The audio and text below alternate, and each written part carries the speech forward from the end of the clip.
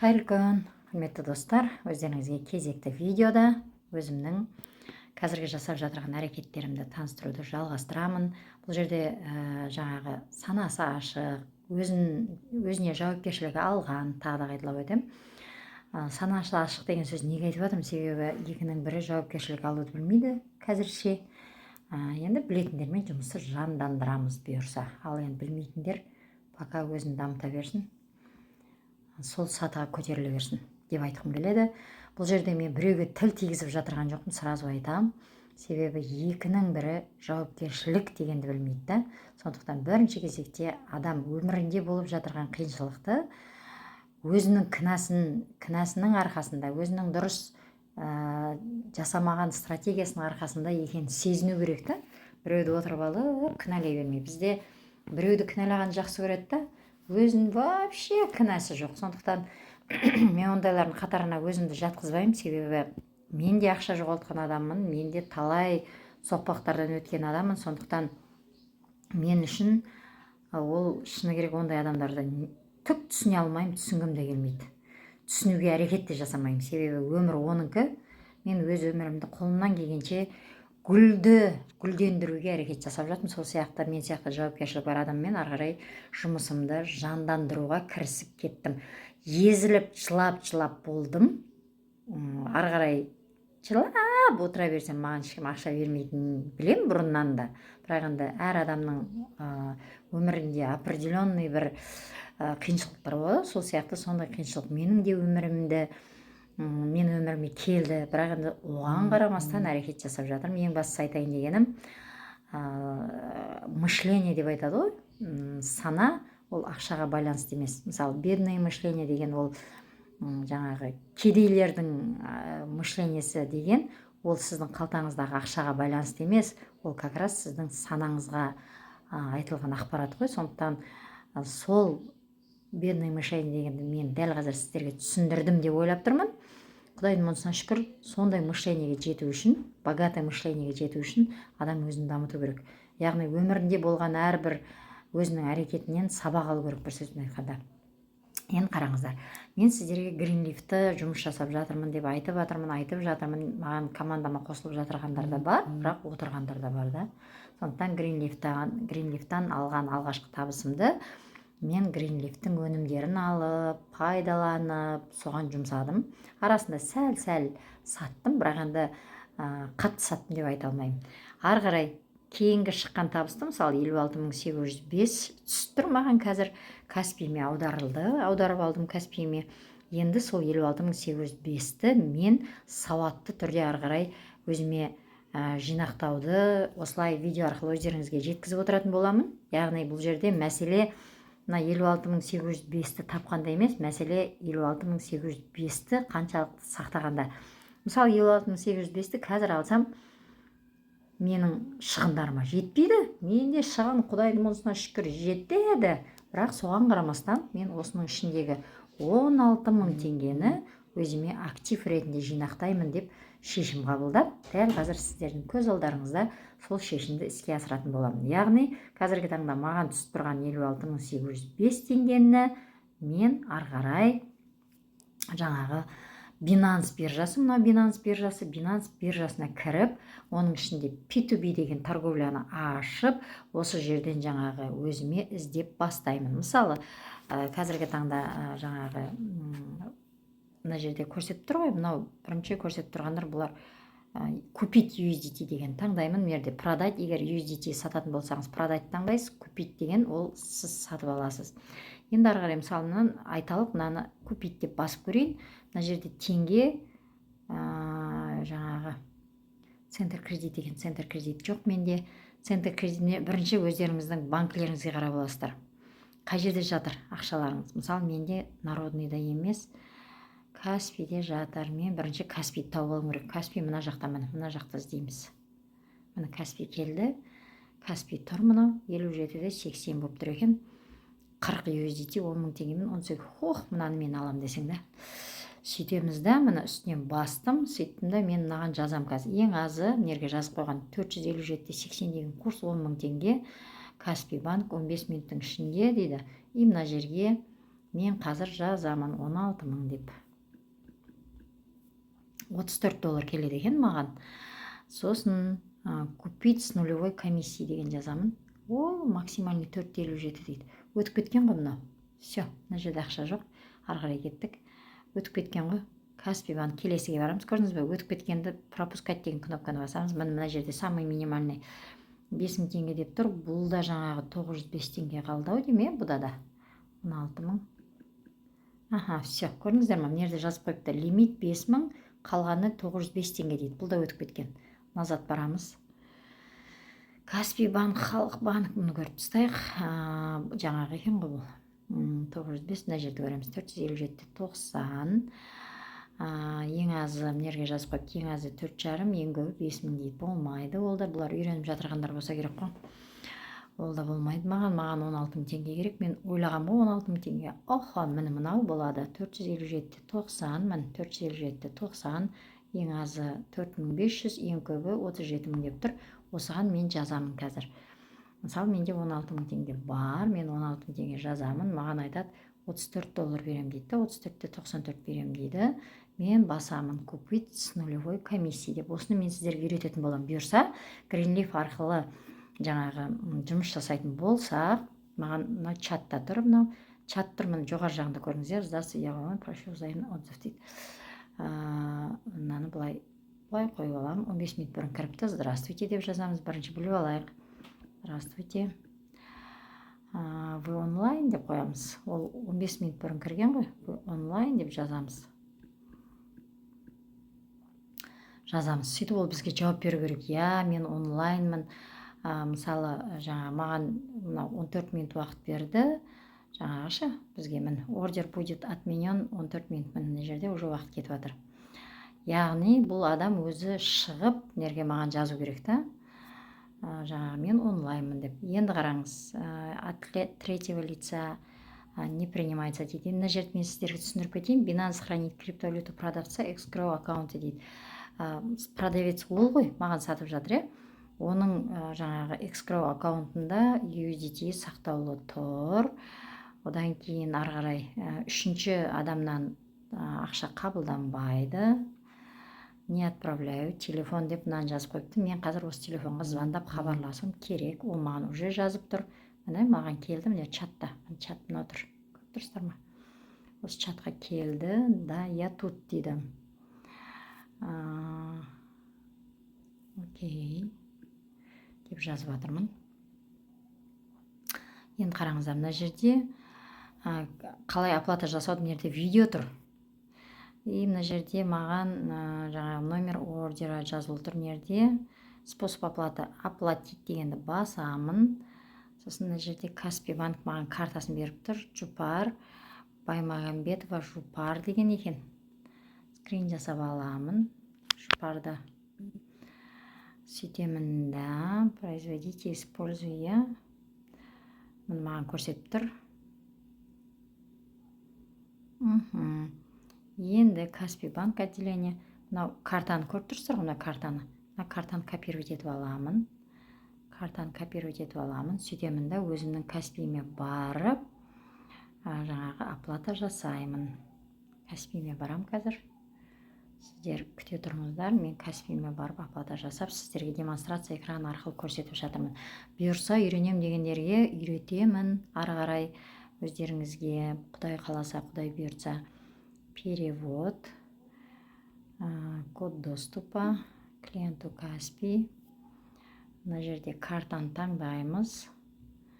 Мына жерде картаны қоямыз. Ставить. Маған шығып тұр Жұпар Б деп тұр. 7017 барып тексеріп аламыз. 7017, я тексердім, бәрі дұрыс. Енді мен Жұпарға 16.000 теңге жіберемін. Бисмиллахиррахманиррахим деген сөзді обязательно айтып жібереміз. Бұл менің алғашқы әрекетім. Бір сөзбен айтқанда, жаңа Greenleaf-тан тауып жатырған табысымнан шықты. Показать квитанцию деймін. Поделиться деймін. Жоқ, поделиться демеймін. Мен бұны біреуге жіберейін деп тұрған жоқпын ғой. Бетемді бұлай істеймін. Скрин жасадым. Сөйтемді скринді жақсылап бұлай қырқып аламын. себебі мен мына жерде суретім көрініп қалды, маған ол керек емес. Мен сіздерге видео жасап отырғанымда жұпар білмей ақ қойсын. Сөйтемін да жұпардың аккаунтына барамын, мына жерге. Сөйтемін да мына жерге оплачено деймін. Оплачено деймін. Сосын маған айтып жатыр способ оплаты, оплачено дедім. Енді мен бастым оплачено деп. Енді мен жұпардың жаңағы екеуміздің жазып отырған неге барам ғой. Маған да келді, көрдіңіздер, мен қалай төледім. Одан 34.94 USDT келіп түсті. Мен прям сіздерге түсіріп отырған кезде болды. Готово деген кнопканы басам, ол USDT қай жерге келіп түсті менде? Ол менің кошелегіма келіп түсті. Обновление жасап жібереміз. Опа. USDT келіп түсті. Міне 604 болып қалды. Жаңа 568 болып тұрған еді ғой. Қазір енді 604 болып қалды. Енді ол USDT-ға мен не аламын? Ол USDT-ға мен қазір жаңағы рынкиға кіріп өзіме жаңағы жоқ, рынки емес, сделкиға кіреді екенбіз, сделки. Мен енді көп бұл жерден ешқандай қатты сауда жасамаймын. Binance'тан USDT алам, болды, басқа ештеңе істемейтінмін. Арасында сәл биткоин алып қойдым.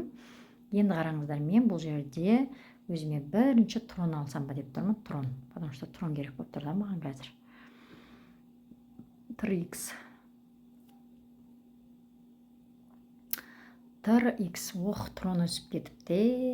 Мына қараңыздар, тронның өсіп кеткен. Трон өткенде 0.08 болып тұрған еді, қазір үлкен сұранысқа ие болып кеткенде, көрдіңіздер ме? 0.11950 болып тұр. Значит, тронның үстінен басамын. Міне. Енді мына жерге мен жаңағы нерге жазу керек. Всего USDT нерге 10 USDT десем қанша трон келеді екен? 10 USDT-ға недостаточный баланс дейді. Значит, менің балансымды перевод жасап спотқа аударып алу керек. Значит, основной балансқа түсіп тұр. Сіздер осы жерде күте тұрыңыз. Міне мен бірінші кошелекті бастым. Сөйттім да, кошелекті бастым. Міне қараңыздар, кошелекті бастым. Мына жақта тұр. Кошелекті бастым. Сөйттім да мен ары қарай жаңағы іздеп жатырмын, перевод дегенді іздеп жатырмын. Мен перевод жасау керек қой. Спотовый кошелекті, менде биткоин емес, менде USDT таңдаймын. USDT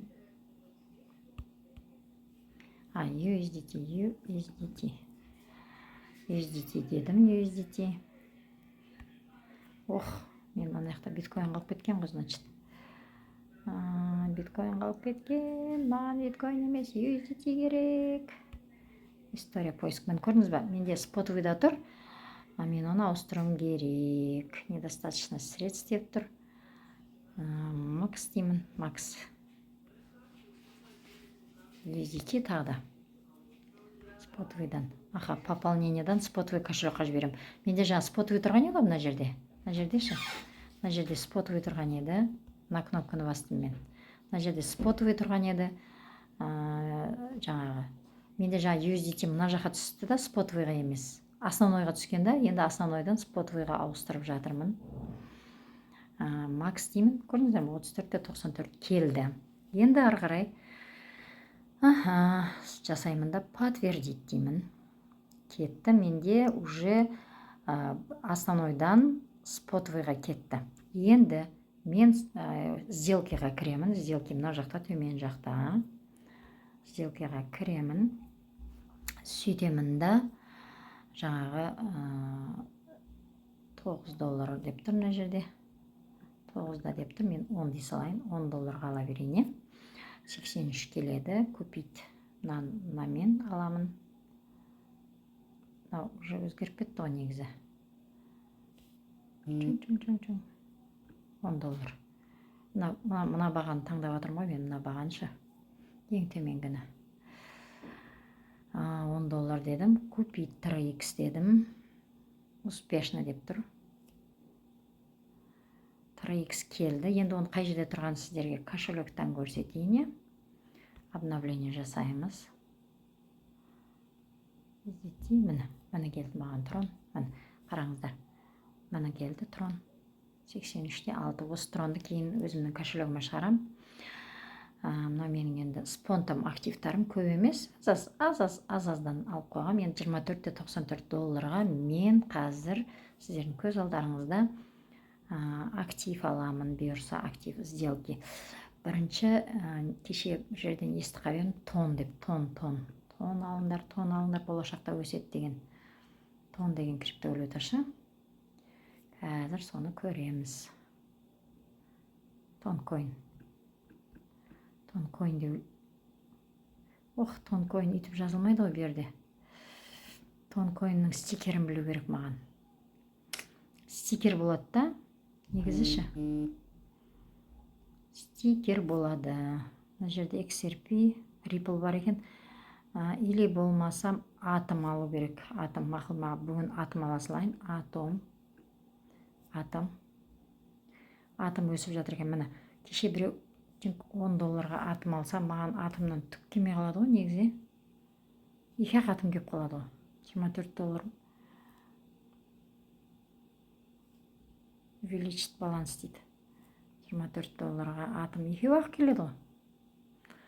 24 долларға 2-ақ атом келеді.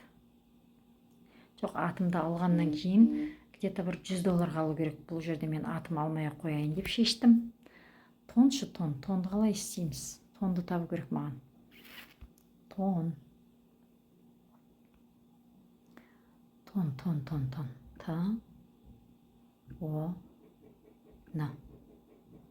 Тон жоқ. Мен қазір тонды іздеп жатырмын да, давайте былай істейміз. Сіздердің көз алдарыңызда мен тонды CoinMarketCap'тан тауып алайын. CoinMarketCap. Мен қазір мынаның бәрін сіздердің көз алдарыңызда жасап жатырмын. Көрдіңіздер ме? Шат асып та жатырмын. Не өздеріңіз көріп отырсыздар? CoinMarketCap'қа кірдім. Тонның, ол да 2 доллар тұрады ғой. Маған тоннан да аз келеді негізі. Анау 9 доллар тұрады. Қазір іздейміз тонды. Solana, XRP, USDC, ADA, AVAX, DAGI, DOT, 683, Matic, тон. Тұр ғой тон. 2 доллар болып тұр екен. Қанша келеді екен тоннан маған? Litecoin 67 доллар, одан келмейді. Келеді, бірақ кішкенте келеді да. Stellar, 0.11-ге Stellar алассам беген,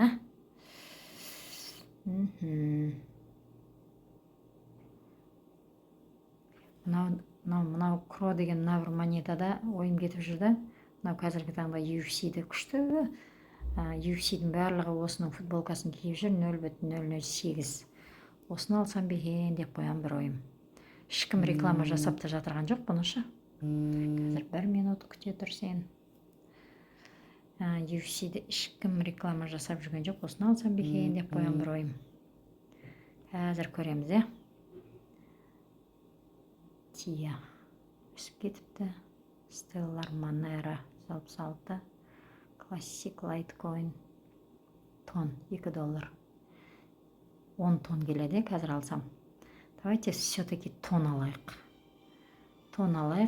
Одан кейін уже или XRP алсам беген. Қайсысын алсам беген, Все, давайте тон аламыз. Или тон... Тон бұл жерде жоқ қой. Миың ашығыр. Тон Binance'қа шықпаған ғой. Тон Binance'қа шықпаған. Мен неге миым ашып отыршын? Мен тонды Binance'тан іздеп. Көрдіңіздер ме? Тон Binance'та жоқ. Яғни мен тонды басқа биржадан аламын. Бұл жерде мен, скорее всего, действительно атом. Давайте. Не аламыз жаңағы? Атомды аламыз, атом. Себебі осы атомды үлкен өсім көрсетеді деп мақтап жатыр негізі. Осы атомды пысмылдамызды айтып, осы атомнан алып қояйын, пысмылдамызды айтып. Ал кетті атом онда. Опа, 0.40. 24 доллар. 24.94 дейік. 24.94. 275 атом келеді екен. 24,86 дейді. Ал бисмиллахи-рахмани-рахим, атом деген криптаны алдық. Бисмилламызды айтып. Все, алынды. Кошелектен тексереміз. Енді қараңыздар, мына жерде мен өзіме трон алдым, USDT алдым. Жоқ, алынбаған ба? Алынбаған, потому что USDT-ім тұр, менің мына жерде USDT-да тұр ақшам. Мен трон алып қойдым. Ендігі мәселе, неге маған алынбай жатыр? Значит, алынбай жатса, тоқтаймыз. Сделкаға барамыз қайтадан.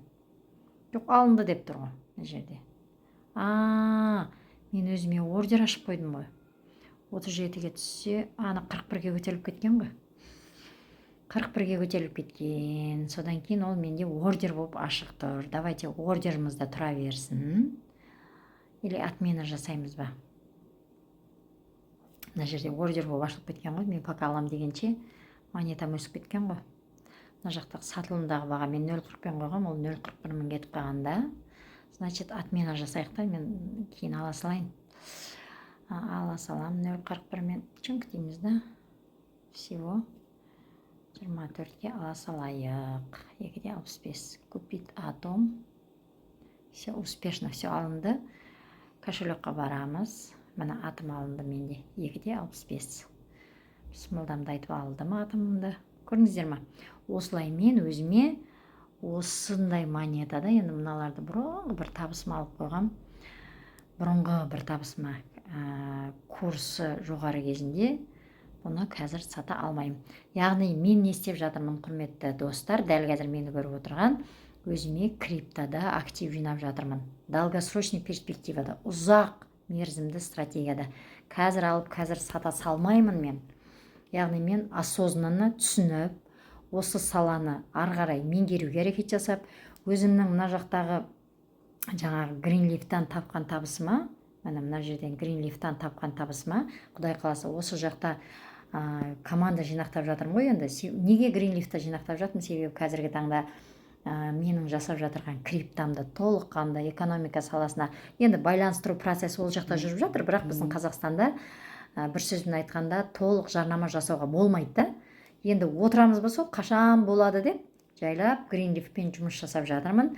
Одан кейін өзімнің ол жақта активтарым жинақтап жатырмын. Ол жақтағы жинаған адамдарға үйрету процесін қолға аламын. Бұйырса осы аптаның ішінде график қойып аламын. Мына күні Greenleaf-пен жұмыс жасаймын, мына күні платформамен жұмыс жасаймын, өзімнің бұрынғы кірген криптоны үйретемін, мына күні деген сияқты. Бұрынғы платформаны Қазақстан нарығында емес, мен шетелдік нарыққа шығам, Құдай қаласа, Құдай бұйыртса. Себебі Қазақстан нарығында қазірше толыққанды ой-санамен, түп-санамен күресіп жатырған адамдар аз. Ой-санамен күресіп жатырған адамдарды мен бірінші Greenleaf-қа шақырамын. Себебі бұл жерде бизнес мышление болу керек адамда. Бизнеске дайын болса, ол адамға түсіндіріп, ары қарай уже криптомен актив жинайын десе, ары қарай осылай өздеріңізге қазір демонстрация экранымен көрсеттім ғой.